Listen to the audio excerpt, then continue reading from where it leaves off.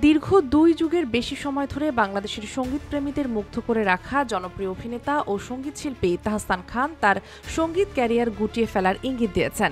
সম্প্রতি অস্ট্রেলিয়ার মেলবোর্নে একটি কনসার্টে তিনি এই ঘোষণা দেন, যা তার অসংখ্য ভক্তকে হতবাক করেছে। ভাইরাল হওয়া একটি ভিডিওতে তাহসানকে বলতে শোনা যায়, এটাই আমার শেষ কনসার্ট। আস্তে আস্তে মিউজিক ক্যারিয়ারটাও গুটিয়ে ফেলব। তিনি এর পেছনে ব্যক্তিগত কারণও উল্লেখ করেন।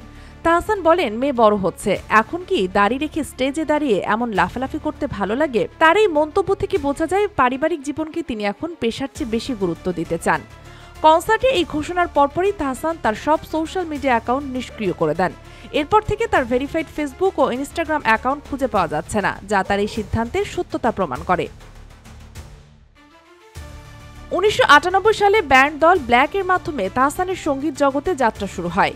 পরবর্তীতে তিনি একক শিল্পী হিসাবে সফলতা লাভ করেন এবং তার অসংখ্য গান তরুণ প্রজন্মের কাছে ব্যাপক জনপ্রিয়তা পায়। ছায়ানট থেকে ৬ বছর রবীন্দ্রসঙ্গীত শেখার অভিজ্ঞতা তাকে এক ভিন্ন ধারা এনে দিয়েছিল।